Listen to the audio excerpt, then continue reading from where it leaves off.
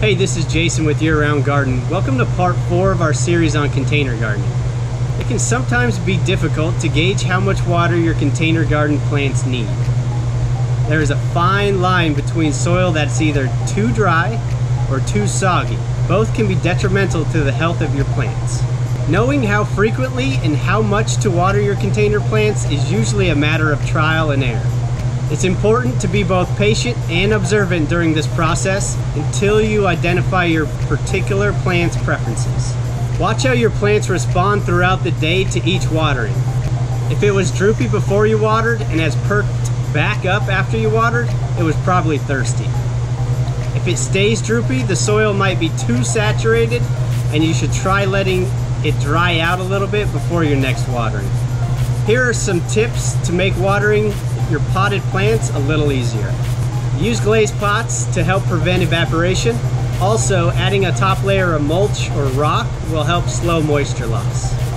Set up drip irrigation systems for watering your container plants. This allows for slow, even watering that the soil can absorb before it runs through the pot and out through the drain holes.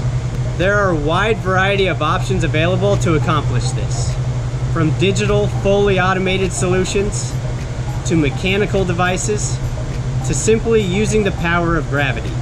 Apply water early morning or late evenings when temperatures are cooler and direct sun will not cook off the moisture before it can seep down into the roots. Keep an especially watchful eye on outdoor container plants. Higher temperatures, direct sunlight, and wind tend to dry soil quickly. The amount of water may vary from plant to plant, so it's ideal to find the average moisture needs of your particular plant. We recommend using a moisture gauge. These are very useful tools for container plant watering. The gauge has a probe that you stick into the soil that gives you the reading that rates the soil moisture level. For smaller plants in lightweight pots, learn the difference in weight between soil that is fully saturated with water and soil that is completely dry by simply picking them up.